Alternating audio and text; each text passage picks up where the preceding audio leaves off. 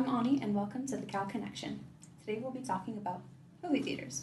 This film watching venue has transformed from date night idea to the plans you begrudgingly agreed to on a Friday night when you can't think of anything better. We're here to ask, when did this transformation occur and who does it affect? Vanity Fair estimated last year that 2016 was on track to becoming Hollywood's worst year for ticket sales in a century. Americans used to go to the theater once a week, and now they go 4 times a year.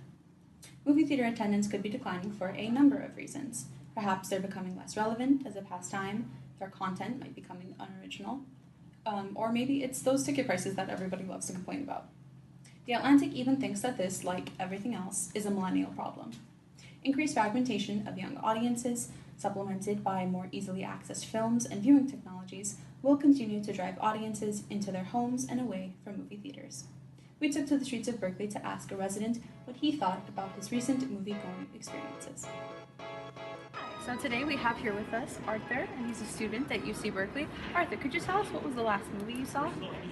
The last movie I saw was, I think, the last installment of the Lord of the Rings prequel, Desolation of Smaug.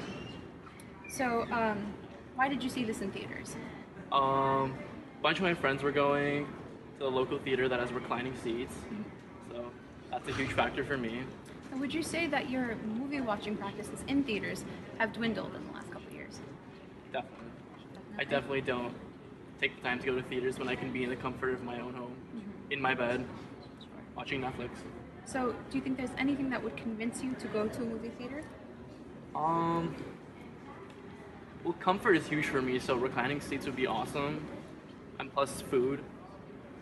I wouldn't mind eating tacos and watching a movie. Okay. Thank you for your time. Joining us now is John from Walt Disney Studios. So John, as CEO of Walt Disney, what trends, if any, have you seen in recent moviegoers? Yeah, we've noticed a number of trends actually regarding both the attendance and the content of movies. In terms of attendance, although we've seen some stable attendance from the under 18 category and those above 40 years of age, the millennial category is kind of struggling. This is for a number of reasons. We think they've been turning to other media outlets, especially mobile, Netflix, other premium channel subscriptions. So we've definitely seen a drop in that category that we're trying to improve going forward. And then content-wise, we've seen an increasing reliance on sequels. So as in 2015, 6 of the top 10 revenue-garnering movies were actually sequels. So studios are really trying to get their hands on a sequel and push that for as many years as they can. So although this has benefited international markets, the domestic markets haven't seen the same benefit. So what solutions are you guys trying to come up with to boost movie going domestically?